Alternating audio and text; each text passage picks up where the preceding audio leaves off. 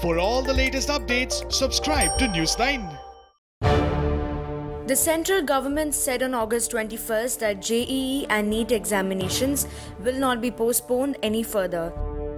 The union government said there will be no going back and exams will be held as per schedule.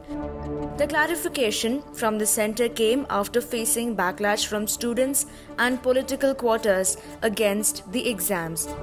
Senior politicos have yet again opposed the centre's decision to hold JEE and NEET. Delhi Deputy Chief Minister Manish Sisodia took to Twitter to express his dissent. The central government is playing with the lives of millions of students in the name of JEE NEET exams. My request to the centre is to cancel both these exams immediately and make an alternative arrangement for admission this year. In this time of unprecedented crisis, an unprecedented step will lead to a solution.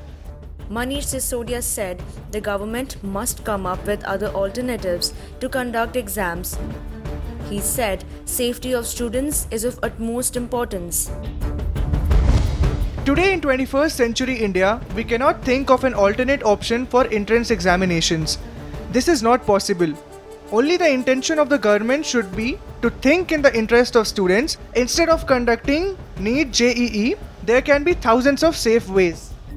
Rajya Sabha MP Subramanian Swamy has been vocal about JEE and NEET examinations.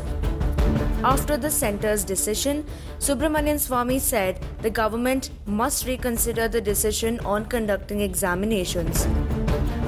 The BJP MP listed out 13 reasons as to why JEE and NEET must be postponed. He said during the pandemic, students would face difficulty in reaching exam centres that are far off. Stating 13 reasons, Subramanian Swamy has written to Prime Minister Narendra Modi to reconsider the dates of examination. Meanwhile, Congress leader and Wayanad MP Rahul Gandhi also batted for the postponement of JEE and NEET. Rahul Gandhi said PM Modi must listen to students' Mann Ki Baat. Today, millions of our students are appealing to the government. Students' concerns about NEET, JEE exams should be heard and the government should find a meaningful solution.